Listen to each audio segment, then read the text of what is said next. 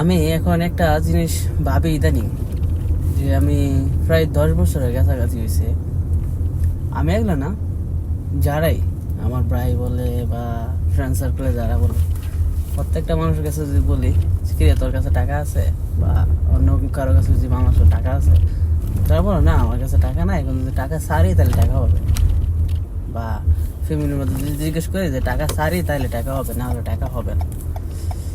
তো এই জিনিসটা কেন হয় আমি নিজেও জানি না, কারণ আমার কাছেও নাই বা আমার ফ্রেন্ড সার্কেলের মধ্যেও নাই। কিন্তু জিনিসটা নাই কেন?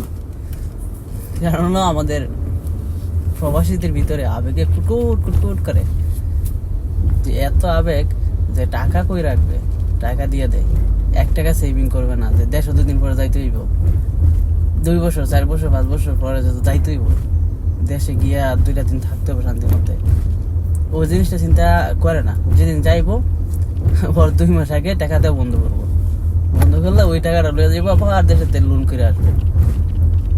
এমনকি আমি নিজেই,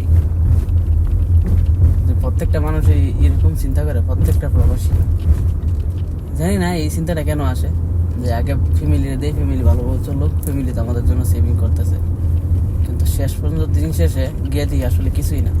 তারাও তাদের মতো আছে, আমরা আমাদের মতো আছে, এই আর কি, আর কিছু সেভিং টেভিং কিছুই না।